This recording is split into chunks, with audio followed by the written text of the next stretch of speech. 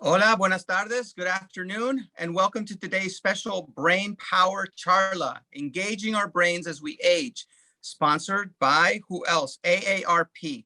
This is part of our year-long partnership with AARP to impact our community through salud, dinero, y amor. Three things we all need a lot more of in our lives. So today we will hear from experts in our community on the importance of taking care of our brain, especially as we age. Everyone needs to take care of their brains.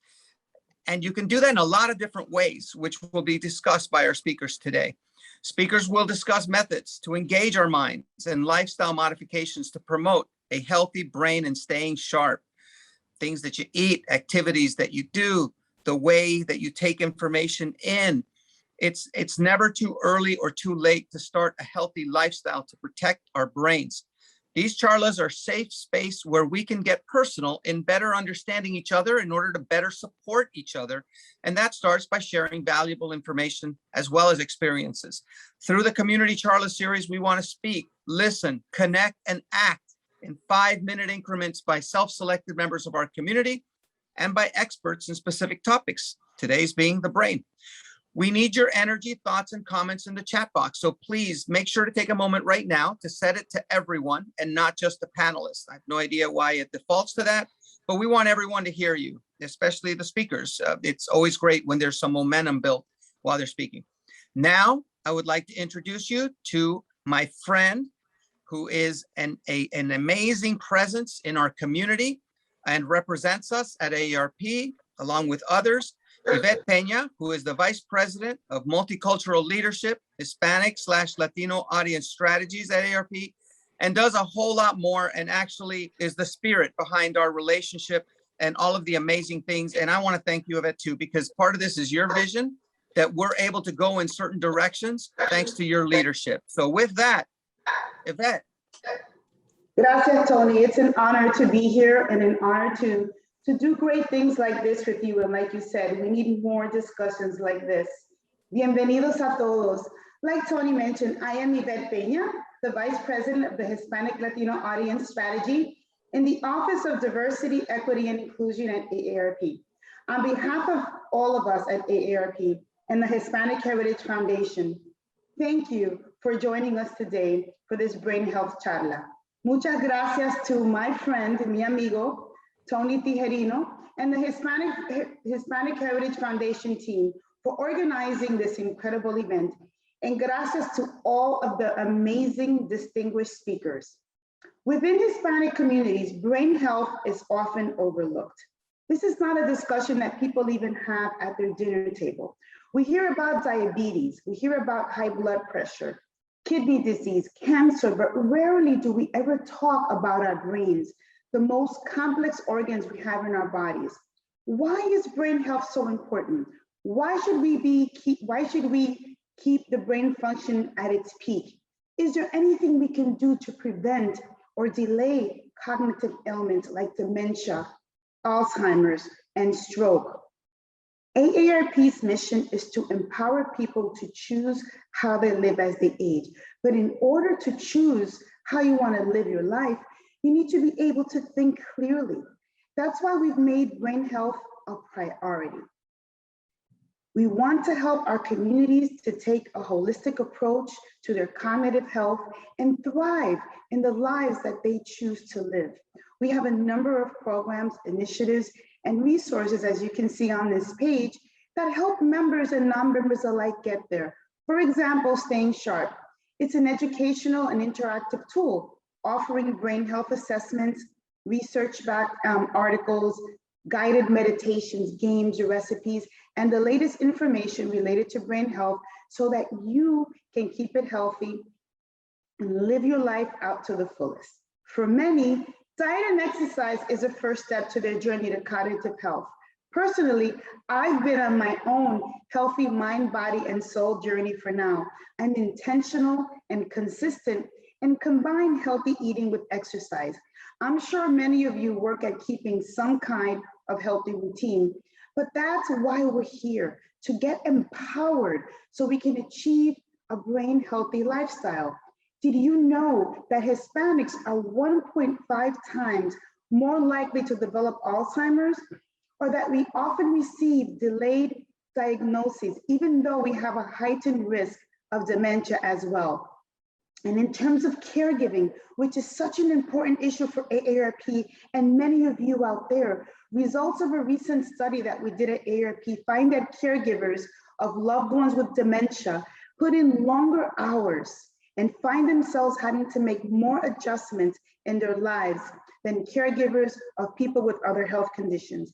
Caregivers for those with dementia spend an average of 13.7 hours per week caregiving, while others spend about 11.7 hours. About 63% of dementia caregivers say that their care responsibilities have led to working different hours, leaving work early or unexpectedly, and worrying about finances, a higher percentage than other caregivers at 36%. This data hits so close to home for me because on my maternal side, I have a lot of family caregivers who are my cousins that are and have been caregivers for their mothers with Alzheimer's, and dementia. I do know the struggle, and I know how they forget to take care of themselves. I have an aunt who passed away from Alzheimer's. I currently have another aunt who is battling Alzheimer's, and one aunt who was recently diagnosed with the early stages of dementia. These are my dear aunts, my tias, the Peña sisters. That's why this important is personal, and I will do whatever I can do to help elevate this discussion. And now I have the privilege of introducing our first speaker, Dr. Lindsay Chura, Chief Scientific Officer for the Global Council on Brain Health, an independent organization created by AARP to provide trusted information on how all of us can maintain and improve our brain health. She has been with the Global Council on Brain Health for the past 6 years, and we're proud that she is with us. She will take us through some important facts and figures regarding our brain health as Latinos and leave us with a number of ways to take care of ourselves. Muchas gracias to everyone who was in attendance today. I wish you all salud, dinero, y amor. And now, Dr. Chura, please take it away. Thank you so much for that intro, Yvette. As you mentioned, the Global Council was launched about 6 years ago, and our overarching goal is to provide trusted information on how we can all maintain and improve our brain health as we age. We recognize that people want to know what will help them lead meaningful and engaged lives. And we aim to cut through the clutter of all the scientific headlines out there to really distill down the information in a really accessible way for our readers. Next slide, please.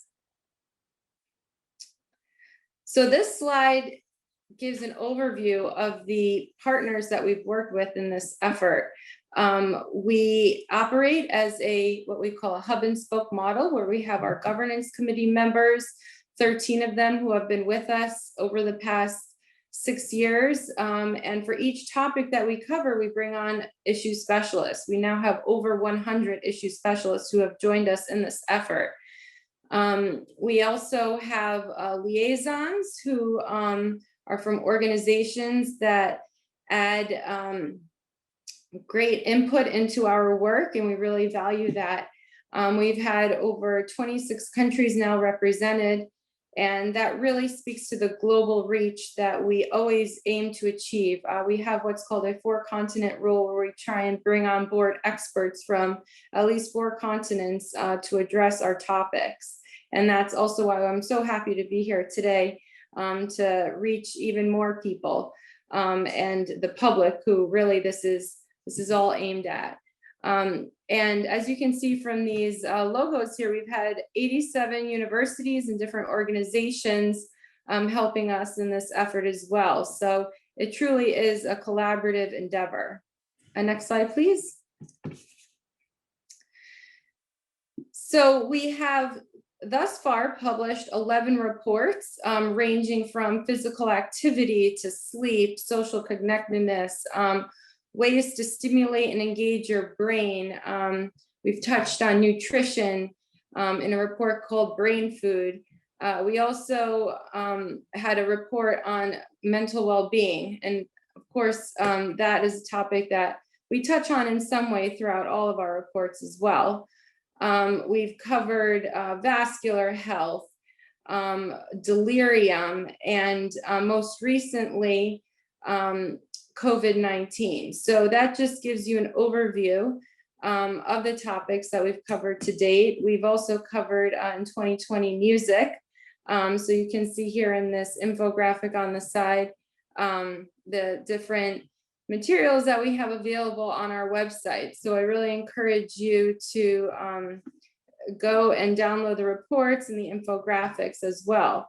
But as we all know, the pandemic's been on all of our minds. And so I do want to highlight how exactly COVID has disproportionately impacted communities of color, including Hispanic and Latino.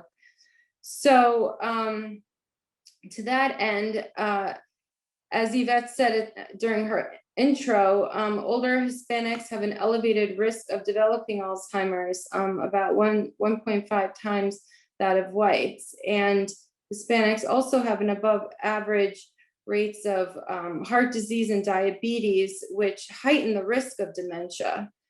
Unfortunately, there are often delayed diagnoses, and caregivers do experience greater burdens.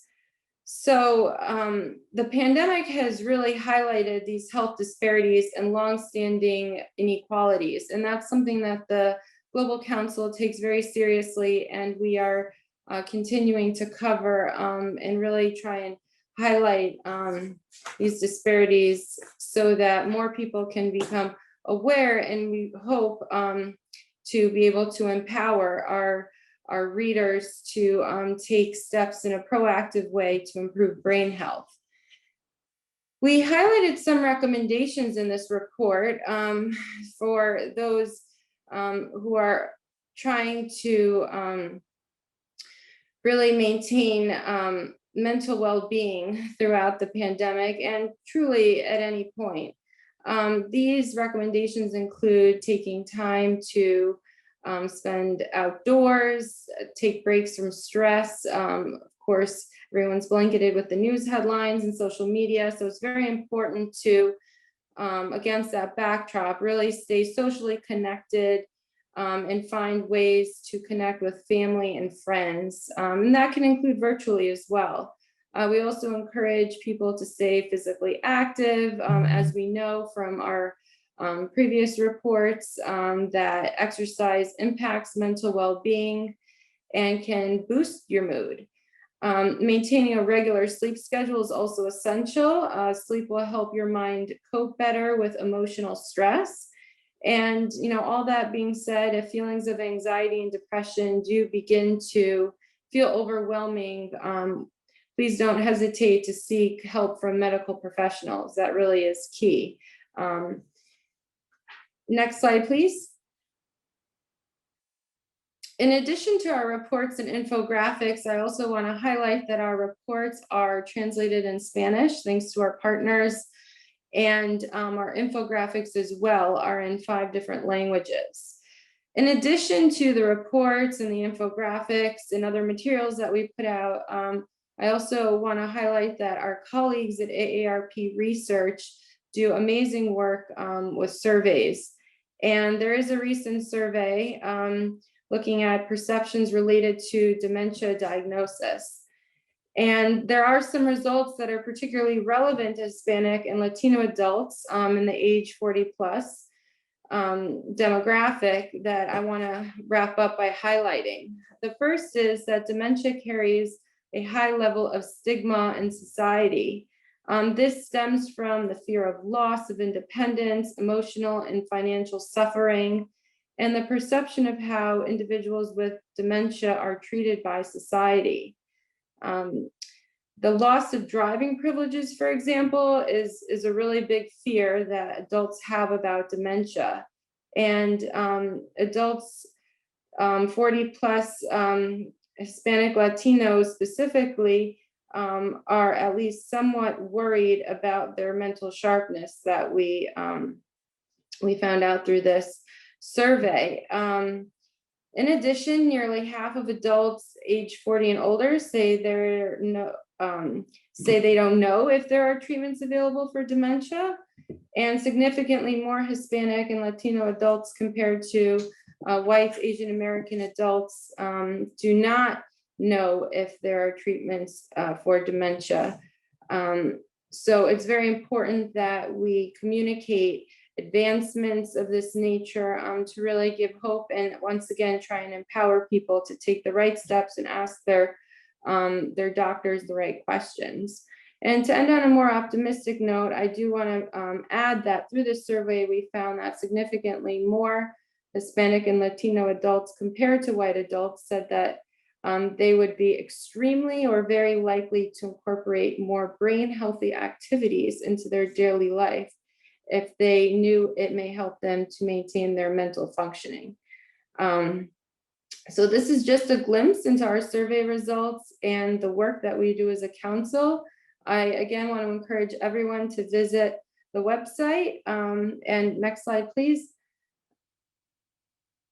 Feel free to reach out to me. I've put my email there. We're always so happy to get questions and to really understand what's on the mind of the public so that we can better address your questions. So I know I can speak on behalf of my colleagues at the council, but thank you so much for your time. And again, feel free to reach out.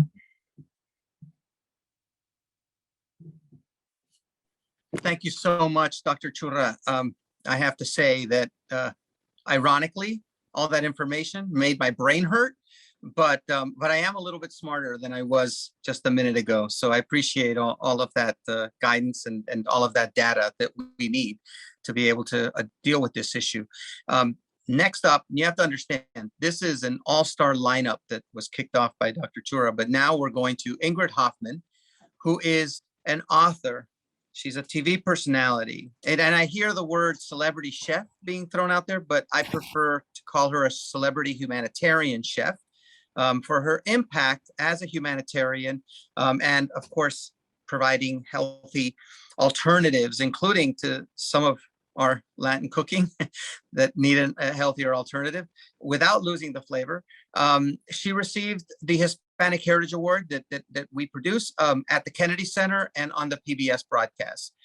Beyond that, she's also extremely gracious with her time in anything that helps lift our community, including right now. So with that, let me go to my good friend, Ingrid Hoffman. Thank you, Tony, and a big hello and greeting to everyone. And it's nice to get to know people like this, because now I just found a few experts that I am going to learn from. So it's wonderful. Thank you for the invitation. It's funny you said activist. I completely forgot that I was that too. And really in the latter years, it's become more activism about food, because food is political. And the reason that our Latino community is also, besides, genetically, whatever we are predisposed to, part of it is what we're eating. And unfortunately, not just the Latino community, but in general, food in America, the way it's grown from the pesticides, which are the biggest narrow interrupters. But that's a much longer talk, and that's a different, because then I can go off on so many things, and we have a humongous problem in America with that. But although I am known as a chef and a TV personality and an author, I'm really going to speak to, I'm not a doctor, but as a lupus warrior, someone who's had an autoimmune disorder for many, many years, I had to sort of do a very lonely path to figure out what I could do to better myself. And in the year that I was diagnosed, which was about 20 years ago, no one really was putting the link of, what food has to do with disease. And I kind of became my own guinea pig, and I was able to change my life and my health through changing my diet. And, essentially, I always like to inspire people, because as someone who's lived that in their own skin, I always say, if one person comes away that's listening to this, where they're saying like, I'm gonna maybe try that. Now, desperate people do desperate things, and that's the only reason why I got to where I am, and that sort of led and changed my career and my path in many ways, because as I started seeing my changes, I was like, why are people not hearing this? And it's not that people aren't hearing it, but they also don't know how to implement it. And that, I think, is one of the biggest challenges for people. There's a budget issue and there's an implementation, like especially when it comes to food. But I think that one of the things with my last book that to me was really the biggest challenge, and which is why I'm so proud of that book, is that I was able to make Latino food healthy and on a budget. Because that's the main problem in our Latino community, is how, and not just our Latino community, everyone. When water is more expensive than soda, and fruit is more expensive than soda, then that the deck is stacked against us. And that's the same with food deserts, etc. But there is ways of doing it. And that's what I've dedicated myself to do. So I speak to you not as a doctor, but I speak to you as a professional patient. And I hate to say that, but I've become a professional patient and a professional eater, because I had no choice but to figure it out. And just as I thought I had sort of gotten and stopped taking the lupus medication, which lupus there's no cure, and live a very active life, then, here comes menopause. Talk about the menopause brain. There is such a thing. And just like people say, the pregnancy brain. So now I had to sort of figure that out completely, how to change up for that. And then fast forward to very recent, I had a humongous spinal cord surgery about a year and a half ago. And so some of that has really impacted because I've had other issues that has started going on, which are neurological. So holy shit, sorry for my language, but here now I'm embarking like, okay, what do I need to do now? And what do I need to figure out now? And doctors don't really give you a lot of answers. So again, I start doing my research. And one thing I think really has been very impactful. I came across the 40-year study that Dr. Emmeron Mayer has been doing at UCLA. And just the single words that said, when people find that they're having cognitive and memory issues, the first thing they start doing is Sudoku puzzles. And although that's not bad, and he doesn't advise against it, he says, but if you're not changing your diet and you're not addressing the things that in the majority are causing it. So you can do all the Sudoku puzzles in life and exercises of memory, but if you're really not addressing what's causing it, then you're having huge issues. So I went on a 4-week, testing myself where I went. So what are the main things that that is proven to be a gut-brain connection? And by the way, that doctor, one of his bestsellers is called The Mind-Gut Connection. And as one of the things as to why my diabetes book was very important is because obviously diabetes is a disease that starts in the gut. As most diseases, it's generally inflammation, just that inflammation does inflammation in the brain. So it's basically the same principle. But now, fast forward to really having to eat for your brain. And so I had to step it up a notch in the sense that essentially cutting out everything that is in a bottle, anything that comes with an additive or preservatives, which is most everything. So in the beginning, I thought that is very, very daunting. And I started researching the immune protocol diet, all these different things. And I took myself on a 4-week journey of nothing out of a bottle, not even soy sauce, nothing. So the only things out of a bottle allowed were olive oil, salt, good salt, and Bragg's, they're called amino acids to flavor. Aside of that, it's just all natural things. So although it's in a way very normal because eating real food, it's people everyone that I've told the story says, yeah, but you're a chef, so it's so easy for you to make all these things. And the reality of it is that if you look at what I've had been eating for 4 weeks, it didn't require to be a chef. It just required thinking and, of course, knowing the tricks and tips that I know, like give you an example, a dessert, because you're allowed only 2 fruits a day. So slicing an apple and throwing it in a pan with a tiny bit of olive oil, you won't even taste it. Add a little bit of maple syrup, because maple syrup is actually allowed as long as it's not processed and pure, which they sell at Publix and anywhere else. And put on some non-sugary toasted coconut flakes on it, non-sweetened. And all of a sudden you have this delicious dessert, and it doesn't require a lot of time. But I get that these things don't come naturally to people. And I had sworn off that I was never going to write another book again, because they're painstakingly long 4 years has taken me to do each book.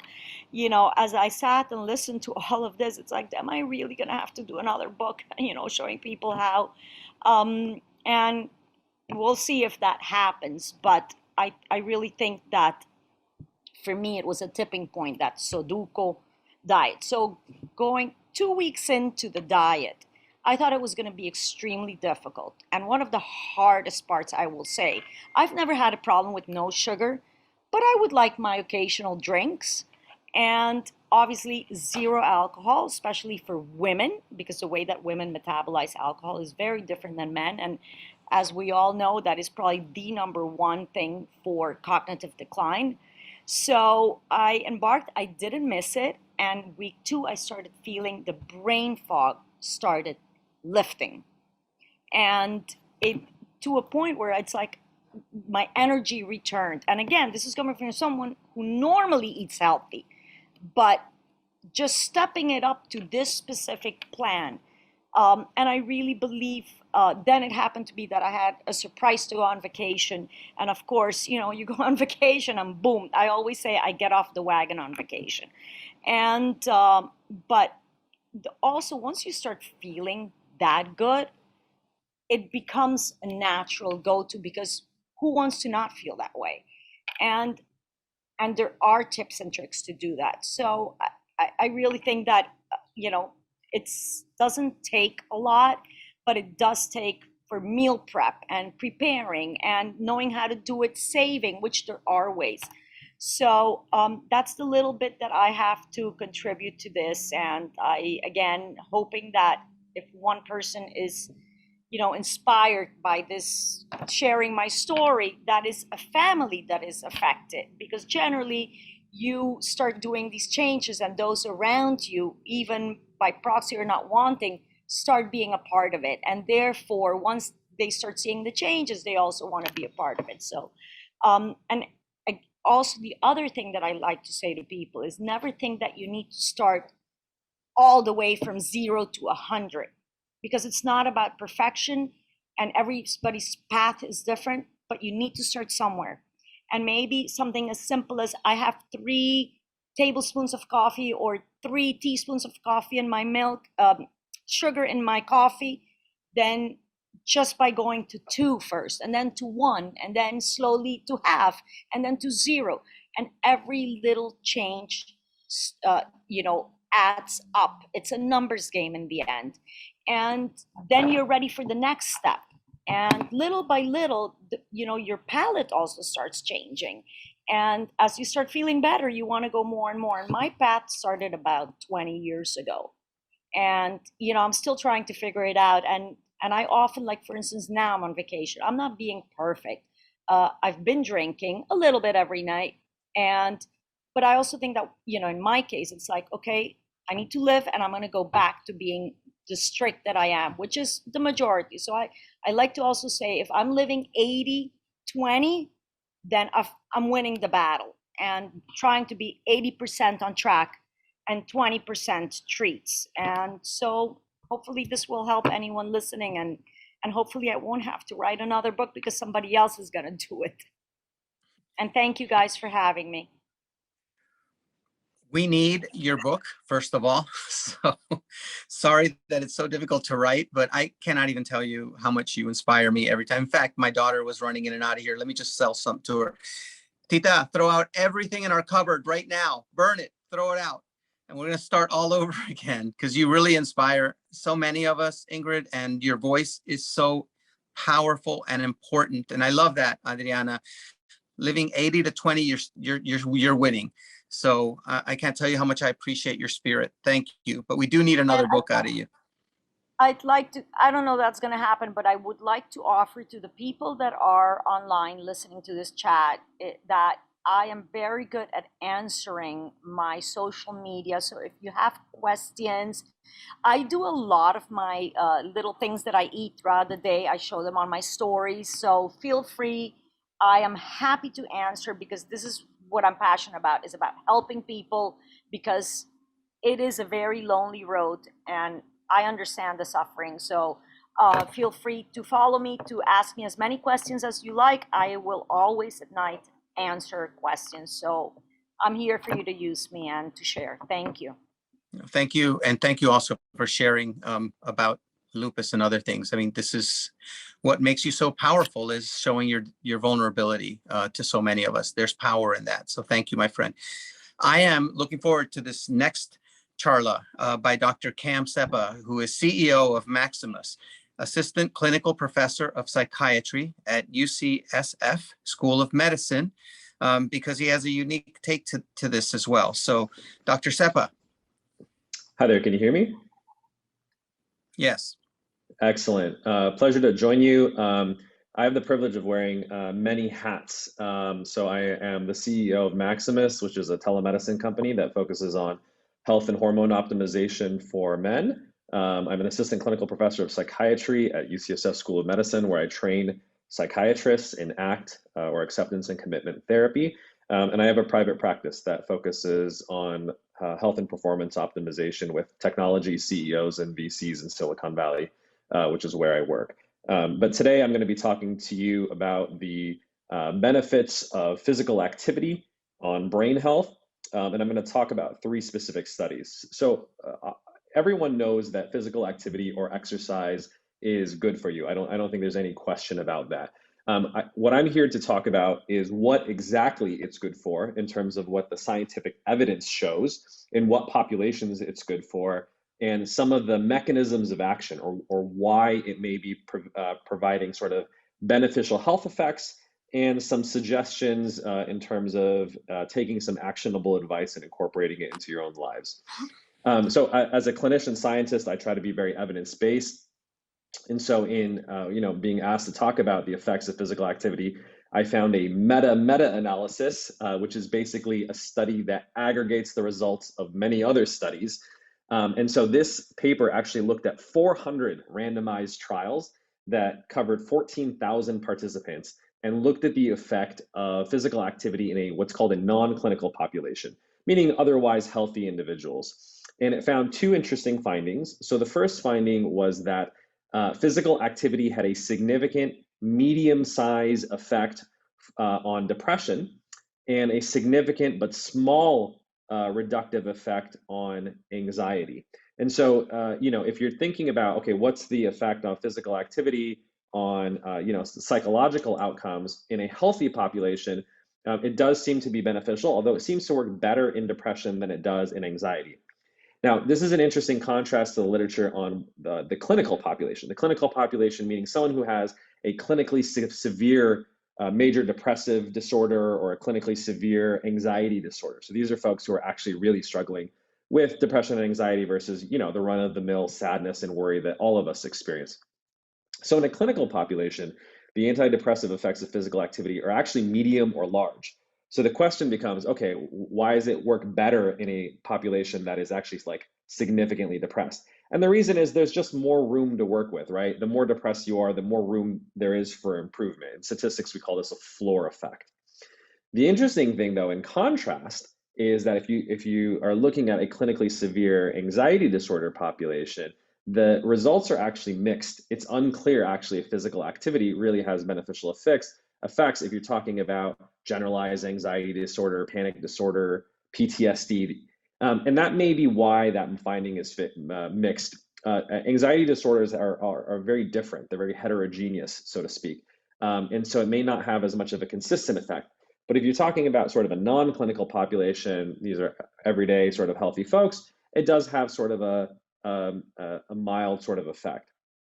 So the reason I think this is important is because there's a lot of this notion, especially if you follow social media, that a lot of people are like, oh, I don't know why all these people are like doing therapy or going on medications. Why don't they just go to the gym? That would fix everything. And here's the thing, every responsible evidence-based clinician tells their patients to go do physical activity and exercise. But there's two interesting findings. So one, it's that it's not a panacea, it's not a cure-all. As I said, for a non-clinical population, the effect on depression is moderate, and then for anxiety, it's actually small. So meaning it's not going to be 100% beneficial, and people should really do it in conjunction with therapy, right? Whenever I do, in my private practice work with clients, of course, I suggest that they do physical activity and exercise, but that alone as a standalone treatment is not going to be sufficient for most patients. They really need to do it in conjunction with a holistic care or treatment program. Second issue is obviously if someone's significantly depressed or anxious, getting someone who has a low energy, lack of sleep, and lack of motivation to go do exercise, something that's effortful, is obviously challenging, right? You get this chicken and the egg problem where it may help them, but they're not going to do it in the first place. So what's interesting is the research literature shows that for people who are clinically significant versus non-clinically significant, maintaining exercise is not actually harder if you have significant depression or anxiety, but it is harder to start. And so the conclusion that I take away from that is, that's where behaviorism comes in very handy. I have a colleague of mine, BJ Fogg, over at Stanford. He has a program called Tiny Habits, and he talks about if you're trying to start an exercise habit or physical activity habit, you try to lower the activation energy. So the first thing you might do is just take out your gym shoes, put it next to your bed, and then when you get up in the morning, just put them on. And that's your goal for the day. Second day's goal may be to just put them on, walk outside. Third day's goal, walk around the block. Fourth day's goal, just go to the gym and check in and leave, right? It's not, it's too much activation energy to tell someone, okay, I'm gonna go work out for an hour and do heavy exercise and do that 5 days a week if you have otherwise been sedentary. So the idea of starting out with these sort of tiny habits or micro habits may sufficiently lower the activation energy in order to get people to start doing it. So that was the first sort of study. The second study was specifically because this is an AARP population. I wanted to talk about the benefits of physical activity, especially the physiological benefits in elderly men. So this is a population that I work with, and I used to work, in fact, in the VA hospital system, so predominantly men over the age of 65. So they actually looked at two different groups of older adults, males. One was relatively sedentary, meaning they're not doing much physical activity. And the other one was in a group that over the long term was physically active and physically trained. And they actually looked at their physiological parameters. And what they found was older men who had regularly exercised over the course of their lives were different physiologically. They had increased what's called VO2 max, which is a measure of your endurance capacity, which makes sense. Obviously, if you run or do cardio, you're going to have better endurance. They had better reaction time. So in terms of the cognitive benefits, their kind of their acuity or sharpness was better. And then interestingly, they had higher testosterone and higher growth hormone. And so this may be some of the physiological mediators that may be contributing, right? So if we know that depression is better for mood regulating effects in terms of depression, anxiety, and also potentially for cognitive or brain function, it may be because of inflammation. As a previous speaker talked about, we know that inflammation is associated with depression and may be one of the key mediators. But the second part that I think people do not talk as much about is the effects on the hormones or the neuroendocrine system. And it may be, we know that short-term acutely exercise, especially in men, if you're doing kind of like strength training, increases testosterone, increases growth hormone, and that may be beneficial for brain health. So the second sort of potential course of action, in addition to obviously starting an exercise routine and engaging in sort of tiny habits in order to start getting over that activation energy, is you may want to, in certain populations, look into things that directly improve testosterone and growth hormone. That's obviously something that we do at our company. I have a company called Max. You can check it out at maximistribe.com. In fact, we just did an alpha pilot in California and Florida putting people on a combination of medications, supplements, and health behavior change using health coaching. And we found that we doubled free testosterone levels in otherwise healthy male adult subjects. But the interesting thing that I wanted to share was we did find that 56% of them reported mood benefits in terms of that reduction in depression and anxiety that I had previously mentioned in the meta-analysis. 74% showed an improvement in performance in terms of increased energy, strength, sexual function, and work performance. And 78% reported an improvement in health behaviors in terms of diet, exercise, sleep, focus, and relationships. So I think the future of interventional psychology and medicine is really going to be holistic care in terms of incorporating both the psychological and behavioral side of doing health coaching, because everyone knows we need to do physical activity and other lifestyle. But in addition to that, taking a pharmacological approach in terms of providing substrates or medications or supplements that improve our hormone function to provide optimal testosterone and growth hormone, especially in men, which is really critical for long-term health and brain function. So I'll put in the chat link a little bit, a reference to my work if you want to stay in contact on social media or look at some of the research that I cited today. Thank you, Dr. Stepa. That was an abundance of information, and it's great if we can share it with folks because this content's going to live on. It's not just for the folks that are logging on here. Next up is someone that whenever anybody talks about healthcare, I immediately say, let me check what Dr. Rios said. Every opinion I have in this space is based on the guidance and the leadership of Dr. Rios, who is the president CEO of the National Hispanic Medical Association. Again, is gracious with her time, as all of you are. But she's somebody I just had breakfast with another group of people. And just when she sits at the table, my comfort level goes up. So let me bring up right now Dr. Elena Rios.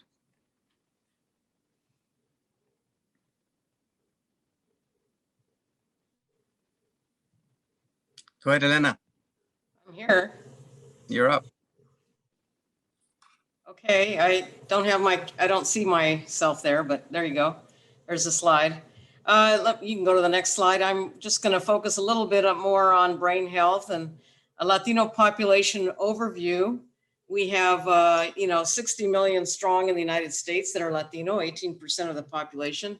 And I think what's important to know is that we have a lot of barriers with social economic status, low income, crowded housing, mixed families, limited English proficiency, small businesses, pretty much our income. And with COVID-19, we learned a lot that, we have a long way to go in the United States to take care of our populations. The importance about Alzheimer's disease, I just wanted to focus on this for a minute, is it's really 1.5 times more cases in Latinos than in non-Hispanic whites. Next slide. Tony, I'm not sure, I'm not on your camera. I see everything you're putting up there, Dr. Rios. Okay, it's just that, well, okay, that's fine.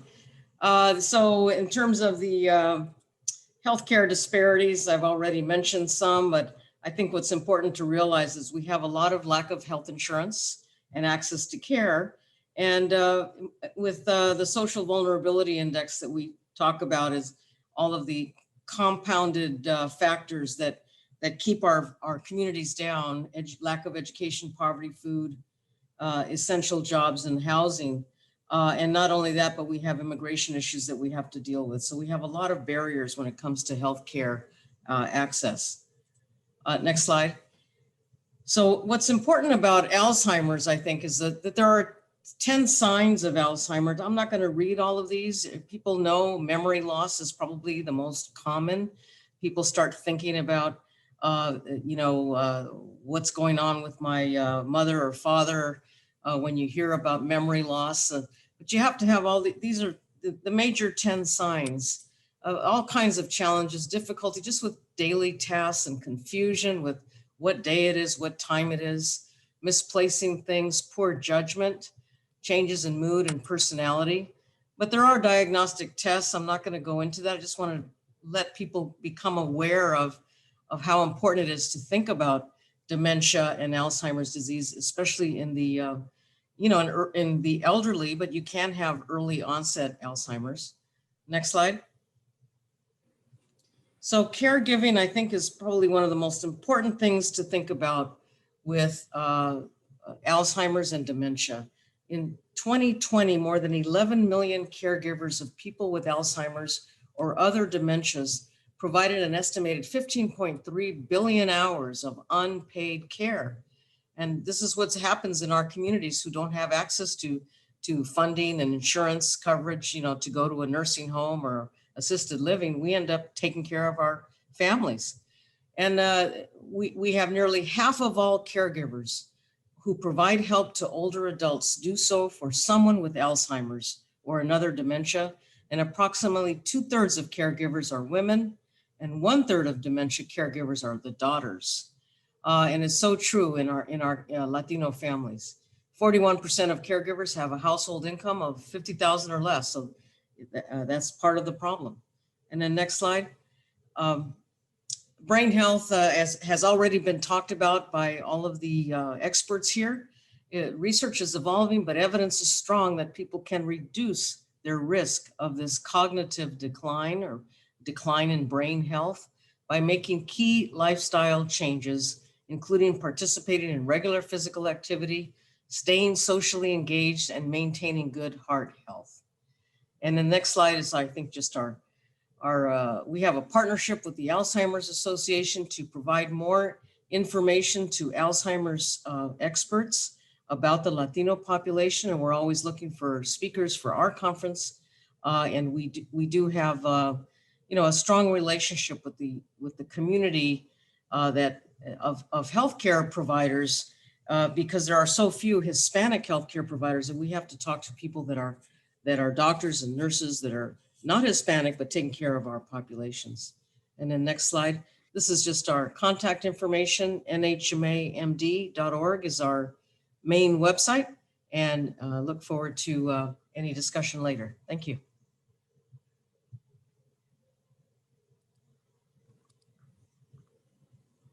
Thank you so much, Dr. Rios.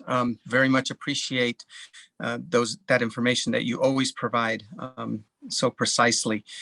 Next up is a very good friend of mine from the time that we were young, and she still continues to be an important presence in my life. And I watched her go through caretaking for her mother who had Alzheimer's and passed. And so I thought that it was a very important perspective for one of the caretakers to talk to us about some of these issues. We've got a great point of view from the medical professionals and researchers and others, but the greatest research you can do is to actually go through this. So with that, I want to bring Daniela Landau, principal at HLP and R Advocacy. Daniela. Thank you so much, Tony, and thanks to all the other presenters. I've actually learned quite a bit today. You could go to the next slide, please. As Tony mentioned, in my, just briefly, my personal story, in 2004, my mother moved to the US. I had just gone through a divorce and I was a single mom at that time and raising my kids. And so she came, she and I were very close, and she came to live with us and help me raise my boys. My mom had always been sort of a distracted, disorganized, forgetful, in an endearing way person. But in about 2009, she started exhibiting behavior that was much more extreme than her usual forgetful behavior. And that's when we ultimately had her diagnosed. And it was a long and painful journey from there with a type of dementia actually called Lewy body disease. And it's a type of dementia that in her case, it actually attacked her gross motor skills. So walking, mobility issues. So at the same time that she was losing cognitive function, she also lost her mobility function. I know there's a lot that I wish I had known at the time that I was going through this, and I wish that I had informed myself better. But to the extent that I can help others who regrettably may experience the same sad journey with a parent or another loved one. I just want to share a few of my own experiences. As others have touched on some of the statistics, the numbers are very high. 1 in 3 seniors will die with Alzheimer's or another dementia, form of dementia. There's no cure for it. Again, I can't stress enough just how important it is to learn all you can about dementia. If you could go to the next slide, please.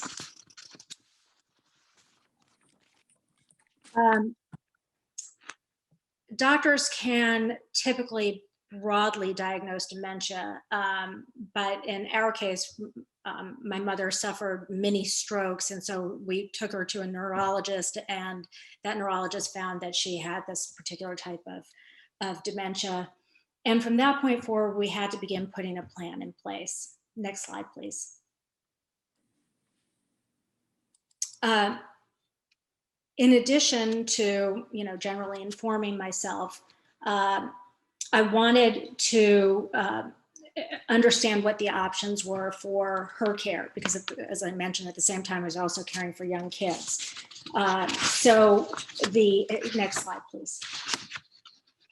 The options were expensive, in many cases prohibitively expensive.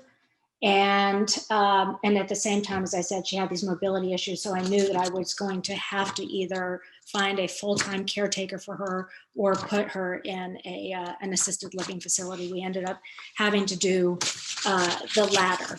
Next slide, please. In terms of very specific advice, I would say, don't go it alone. This is one of those times where it is not only okay, but actually essential for you to create a sort of a community of care.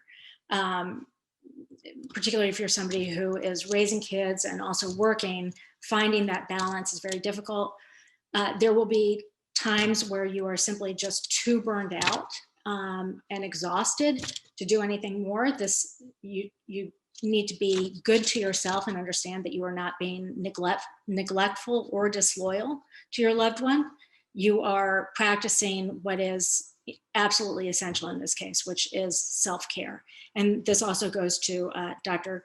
Seppa's comments about getting exercise and therapy if you need it, or at a minimum having somebody, a trusted friend or community member that you can talk to when you need it.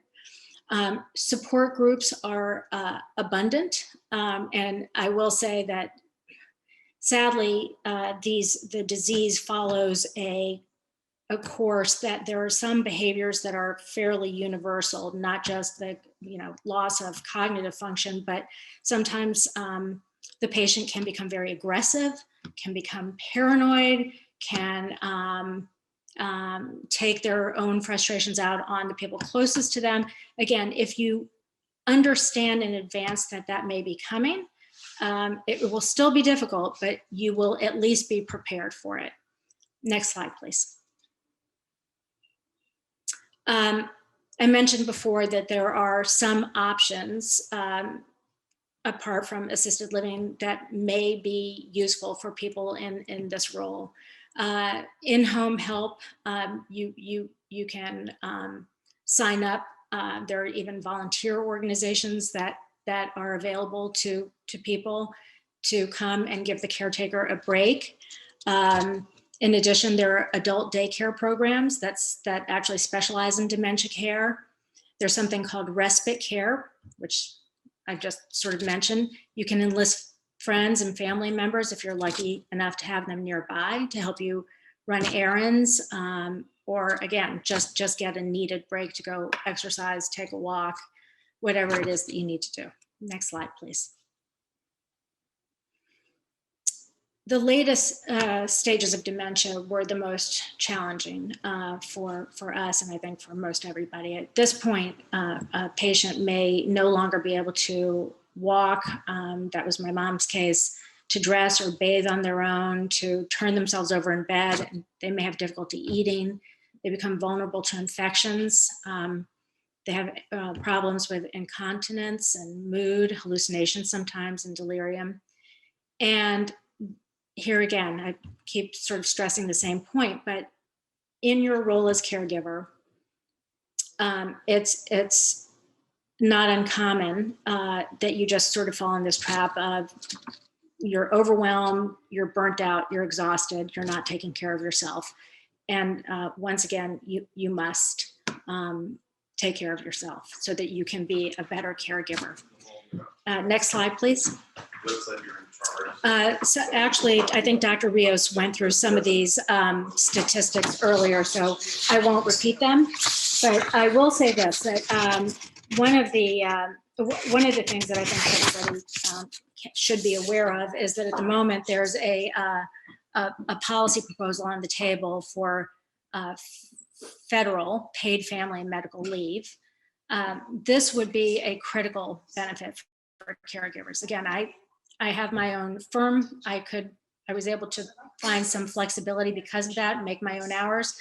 But what this federal paid family medical leave policy will do is to allow people to have up to 12 weeks of paid medical and family leave to care for a loved one who has Alzheimer's or another dementia. And that is absolutely essential, particularly towards the later stages of the disease. So I would encourage everybody here to advocate for this with their elected officials and let them know just how important it is.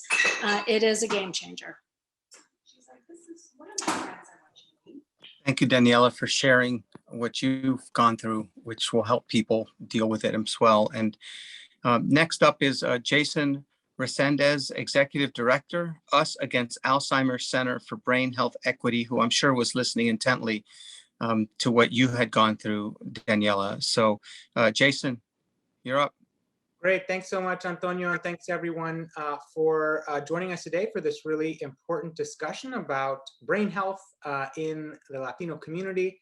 As Antonio mentioned, I'm Jason Resendez. I lead our Center for Brain Health Equity at Us Against Alzheimer's, which is a social impact-based and patient advocacy organization focused on addressing our shared Alzheimer's crisis. And one of our primary areas is in advancing health equity and access for all the reasons that have been talked about today. I'm excited to partner with folks like Yvette at AARP and the AARP family on this work, along with others on the call as well. Next slide. And we do this because there's urgency to addressing this challenge. By 2030, we project that nearly 30% of, or nearly 40% of Americans living with Alzheimer's will be Latino or African American. So we talked about, next slide, the stats behind this, that Latinos are 1.5 times more likely, Black Americans 2 times more likely to develop Alzheimer's. And this is for a number of reasons that have been discussed today. And Dr. Rios did a great job of talking about some of the comorbid risk factors associated with Alzheimer's and related dementias. And we're learning more and more about what drives this higher risk of Alzheimer's among the Latino, Black, and other communities of color. But what we're finding is that biological risk and things within the healthcare system are just one of the factors that are driving these disparities. Next slide. We're starting to better understand the role of place and the social determinants of health and socioeconomic factors in shaping one's risk for Alzheimer's and related dementia. So things like living in poverty, educational attainment, a lot of these things that we call social determinants of health are actually emerging as key influences in shaping our risk for Alzheimer's and dementia and related life. And why is that important to the conversation that we're having today? One, it means that there's hope. Right, for the longest time, Alzheimer's, and as Daniela pointed out, it's a fatal brain disease. There's no cure for Alzheimer's on the market. And until recently, there was actually no therapy on the market that would potentially address the underlying progression of the disease beyond symptoms. But the emerging science around risk reduction shows that there's hope. And there's hope there are things that we can do to reduce our risk and to promote brain health, right? It helps us to change the conversation from one of despair to one of hope and action.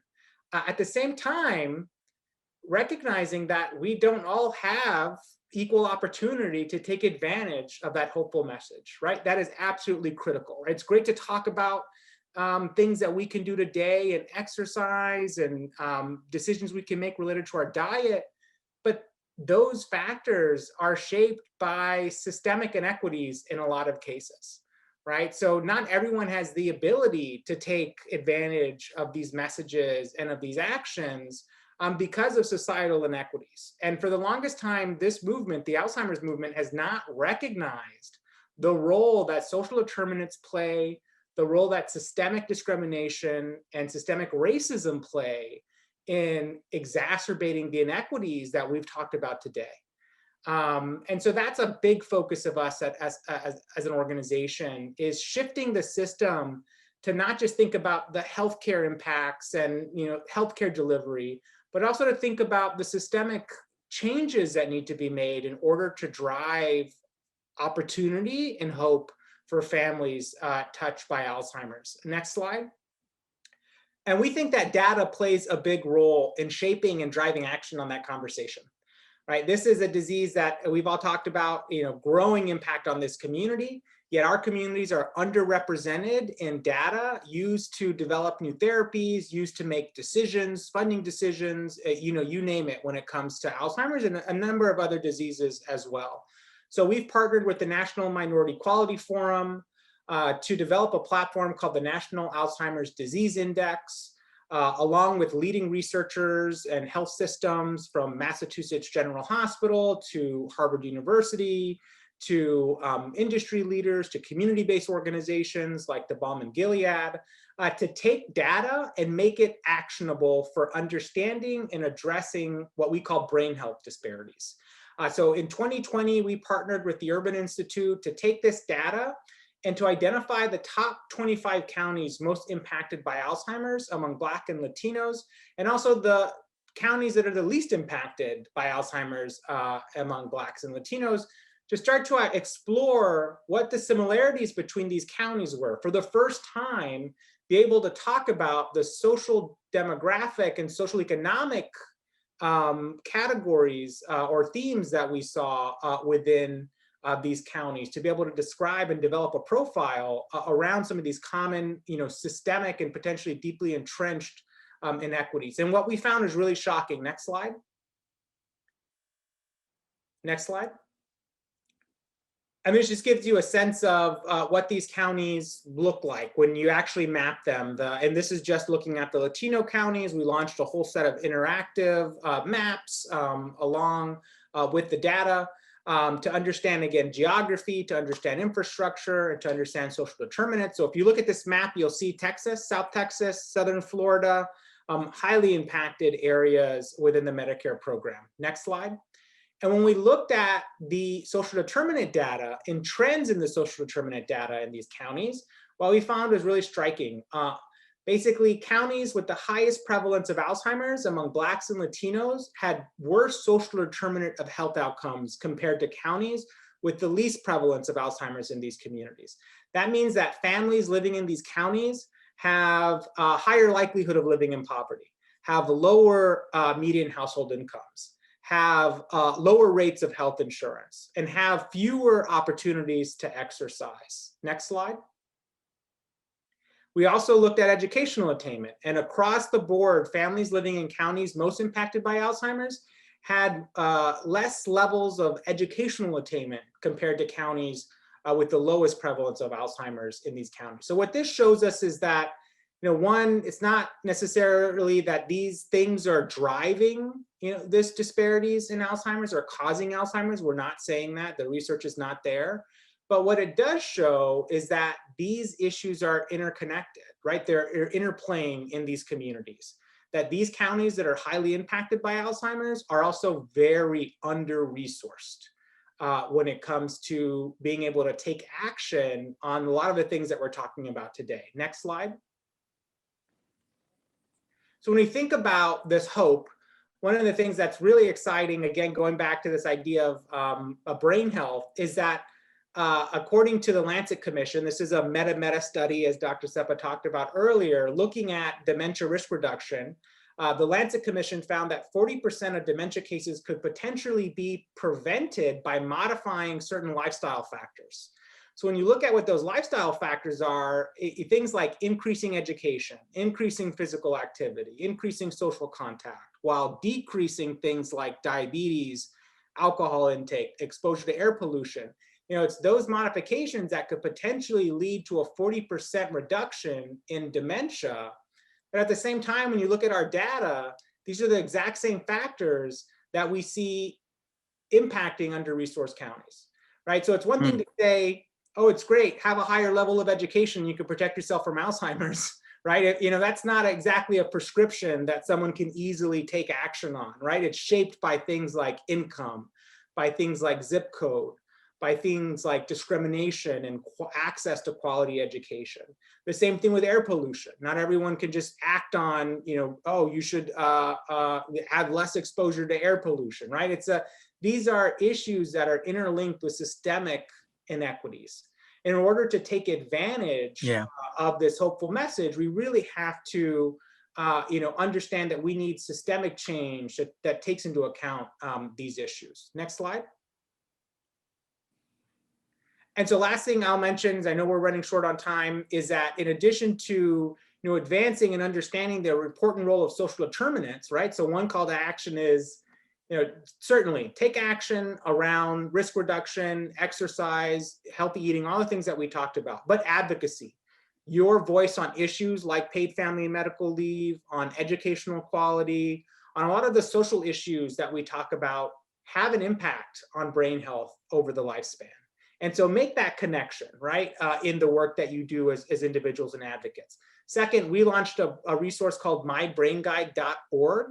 And this is meant to help folks navigate brain health education in a culturally tailored way. It's available in English and Spanish.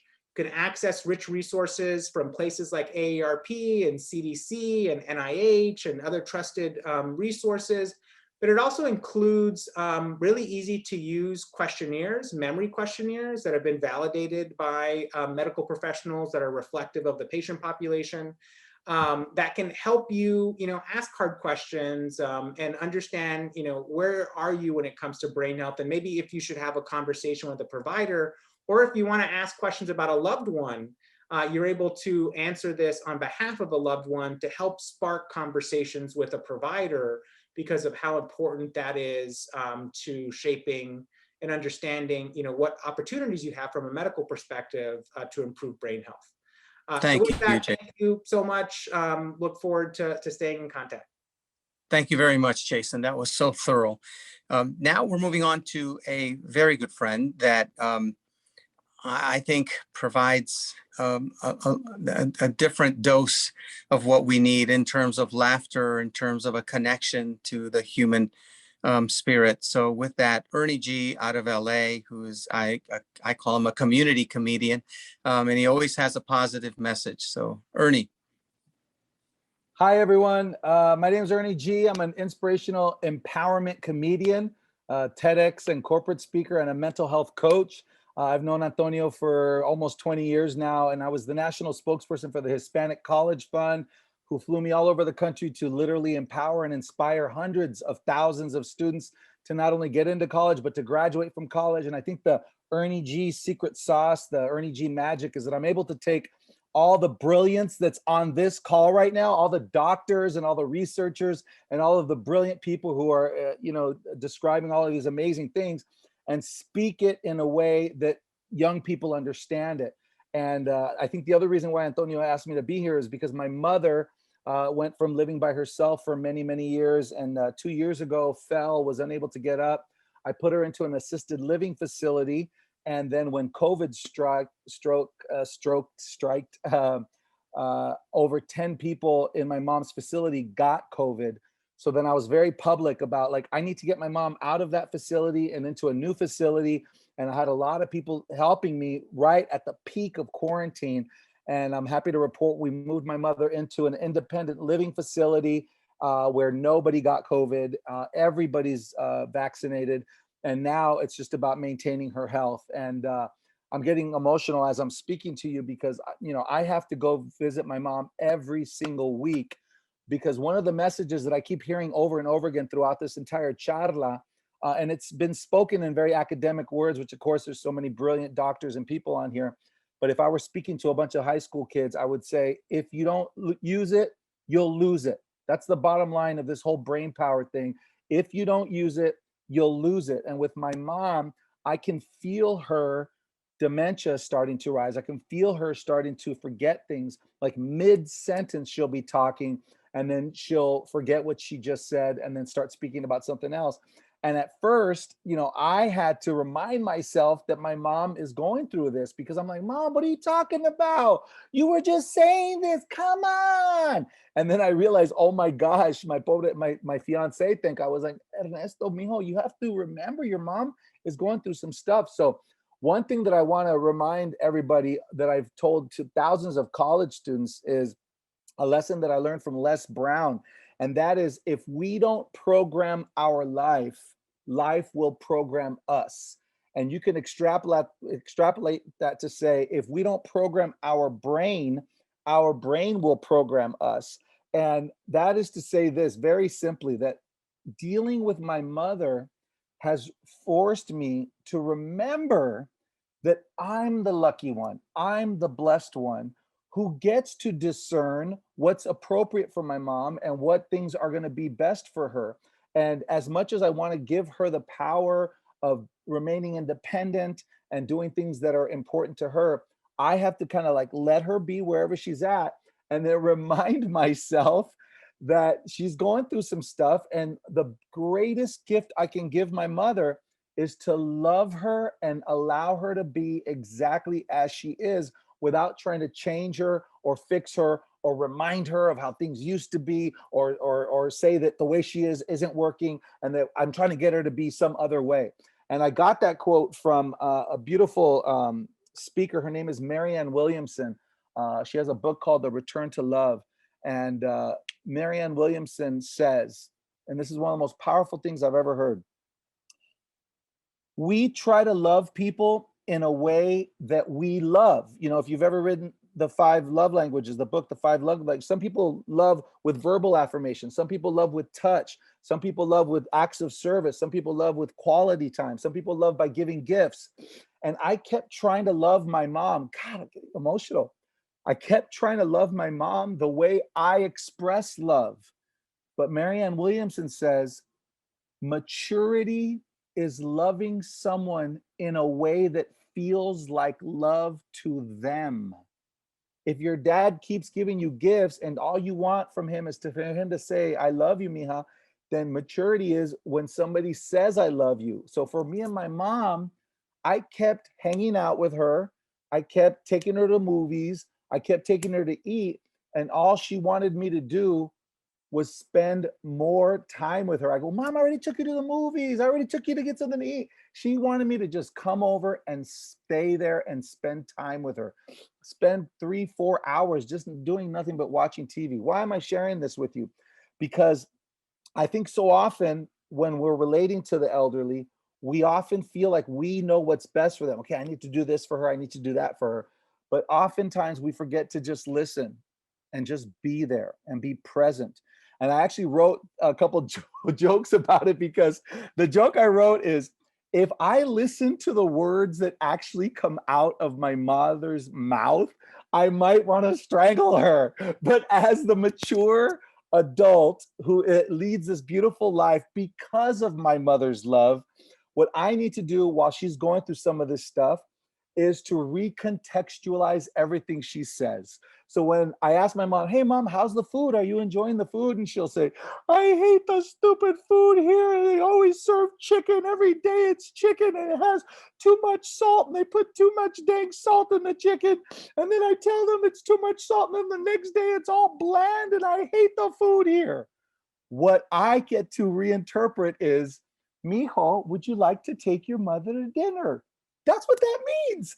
That's all that means. If I say, Mom, how is it at the facility? Are you enjoying living there? And she'll say, I hate it here. Nobody wants to spend time with me and nobody takes me anywhere. I can't believe you left me here by myself.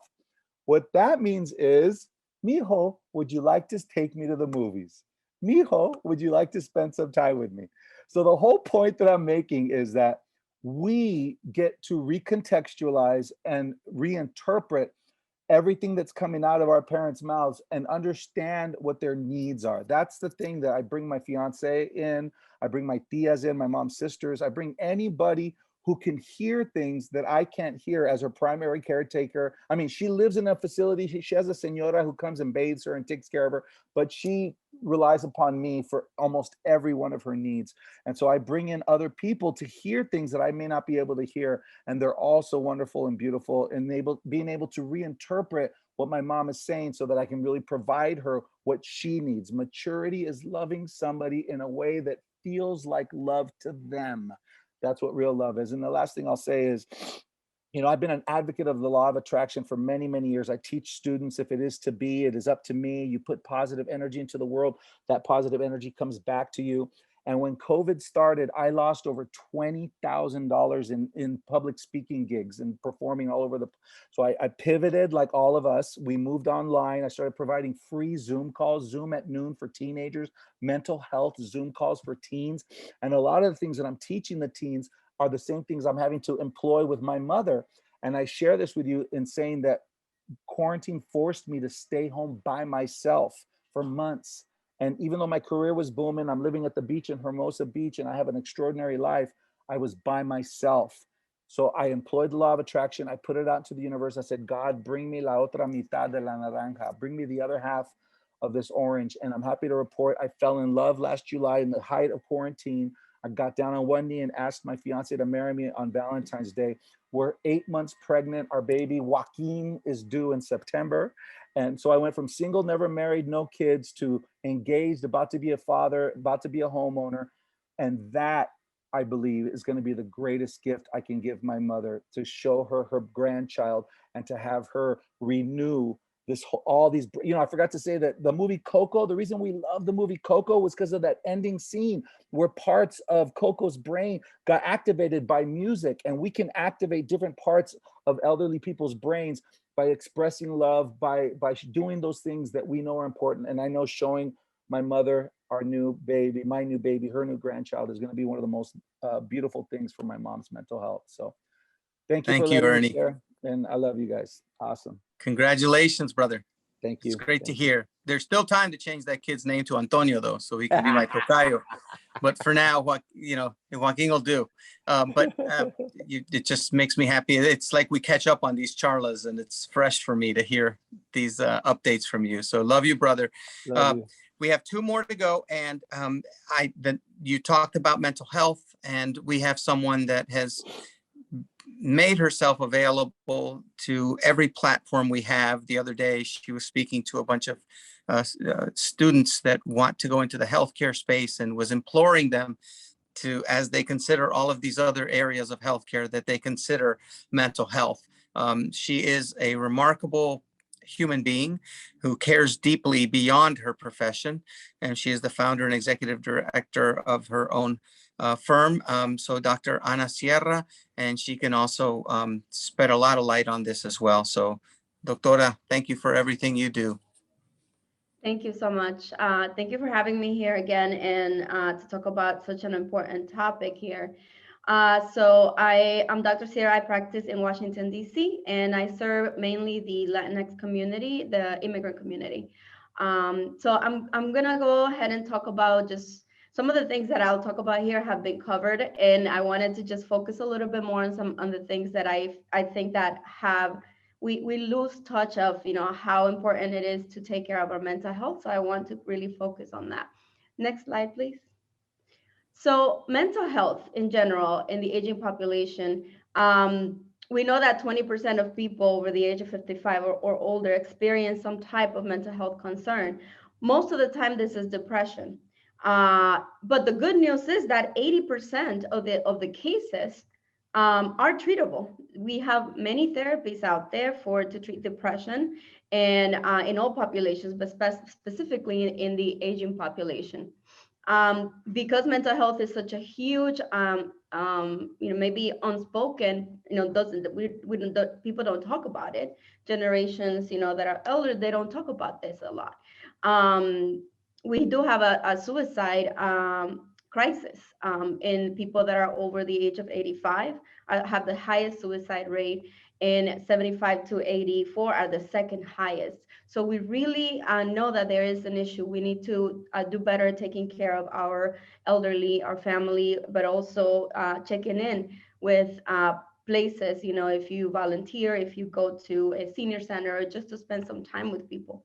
And Latinos have a higher lifetime prevalence of frequent mental distress, which means frequent mental distress are events or things that happen in your life that make you stressed out, and whether it be losses, life changes, trauma, and other events. So more so than those compared to non-Hispanic whites and non-Hispanic Black Americans.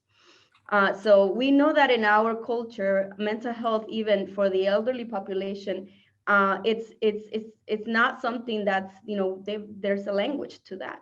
There's no language to that because in that generation, mental health issues were a sign of weakness. So no one really talks about these issues in the population. And we know that at least 63% of older adults with mental health issues do not have the services or the therapies that they need. Now, one of the things that happens when in aging is that there are natural things that will happen to the body, to the brain, to the mind, but mental illness is not a natural part of aging. It's not something that should be happening. So a lot of people may believe, maybe you get depressed when you get older and that's just how it is, but it's not true. It's not something natural. And especially this last year, the population was heavily impacted, especially because of isolation, right? Inability to make social connections. So not able to see family due to the risk of contracting COVID. And the life expectancy also dropped by 1.5 years for all of us, but also impacting the population that is already thinking about, the end of life a little bit more. I would encourage everybody that is on this charla, that listens to this charla, that if you have never been into a therapist, it is just as scary as if I told you, hey, I've never been to the doctor. I think you'd be a little worried about me to figure out if I have anything that might have been undiagnosed. It is just an act of self-care and love to yourself to actually go and get a wellness check. So I wanted to dig in a little bit more into well-being. Next slide, please. So general well-being, we've heard it, a lot of experts here talk about the importance of our brains, and I just wanted to share some of the research on neuroplasticity and the elderly and the aging brain. So the brain is an amazing organ, and research has shown that yes, we can have neuroplasticity throughout our lifetimes. Yes, it's a lot more, it is a lot more when we're younger, under the age of 30, but throughout your lifespan, you can still do things that will stimulate parts of your brain that can increase those neurological pathways, and you can retain that brain activity. So if you look at the brain lobes, I put them out there. If you look at any of those tasks under each of those, just think about activities that can stimulate those parts of the brain. For example, if you look at the temporal lobe and think about learning a new language, that sounds hard, and it may be a little harder when you're a little older, but it's not impossible. Actually, new pathways will show up on CAT scans about where are you learning that new language, and new areas light up. in the brain. So you want to do things that are a little bit difficult, new to you, and also stimulate all the parts of the brain. So music, puzzles, taking care of also your brain in many other ways, like getting good sleep, avoiding, brain altering substances, and just doing those things, and physical exercise, like previous expert explained. Those are important parts just for general well-being. And there, next slide, please. I have one more. And I wanted to talk about one of the most significant aspects of mental health well-being, right? It's social connections. Social support is critical to all humans, and there are many ways to have these connections, from emotional, informational support, instrumental support, but it does increases the chances that we will have a more fulfilling life in general. There was one of the longest studies that has been conducted on just happiness, what makes people happy throughout their lifetime. So it was conducted, it's still on, it's 80 years old, this research study by Harvard, where 724 men were recruited from many socioeconomic, status, so from rich to poor in Boston. And then to this day, that was in 1938. And to this day, there are still 90 people, 60 men, I'm sorry, in their 90s that are still living to continue the study. So what did they find actually? They found that personal connection creates, it is the one thing that makes a person feel like their life is happy and they're satisfied with that. And these are two critical points for mental well-being, because as we grow a little older, we start questioning our lives, our choices, and everything else that we do, and reflect on what we've done and what we haven't done. And maintaining a good group of friends, good relationships with family, good relationships with co-workers. The more that you are more aware of your emotional well-being, you are able to then interact with others in a way that is more fulfilling. So mental health really increases, going to therapy really will increase that emotional intelligence that we all have some of it. But if you haven't been to a therapist, then you have to go check out how you are doing there. Life satisfaction was also a huge finding here. Is linked to better mental health in general and physical health as well. And the interesting part of these studies is that they have found that when you have better connections and just relationships with others, you have less risk of health, diseases, and also distress, psychological distress. So I do encourage everyone to go ahead and make your appointment, see a therapist, go do a mental health check. Don't catch me asking you if you've been to therapy. Thank you, Dr. Sarah. And sounds like they also need to update that study. So lots changed since 1935. Humans haven't, but certainly our environment has changed. So last up is somebody that's very important to our organization. She is in terms of in between getting your mental checkup, she's created something called she's the founder of Touching Land in order to address some of these issues by connecting with nature where we all come from. She's Colombiana and she's doing amazing work with Know Your Rights in New York, and recently went to the border with a delegation that we put together and was a huge force in terms of making sure that the mothers that were carrying children were able to do that more comfortably. And so I'm glad she was able to join us. If you want to give us a quick charla on the work that you're doing in terms of, again, especially working with those that are getting older and they want to make sure that they stay connected in terms of protecting themselves and using their brains as they get older. So Carolina Rubio McBride. Thank you, Tony. And what a pleasure to be here with everyone. Let's shake our bodies a little bit because it's been a while. I think we forget, we're so much in our head that we forget that there's a connection to our body and our minds and our hearts. And so let's take 3 deep breaths. We're almost done. Let's move a little. Okay. And then I want you to make your hands go like this. We're all warming. We can't be together, but we're warming our hearts. our hands and we're putting it in our hearts. That's a way of connecting. Everyone's doing it right now. So the work that I do at Touching Land very quickly really stems from the fact that there's connection to land. I use clay, food, and textiles in order to teach know your rights. And the reason why I do that is because when we're learning something difficult, we get really stressed. And so touching clay and doing something where our hands are busy allows different connections to happen in our brain so that we can open up to really hard conversations like understanding, hey, what to do if ice shows up at your door.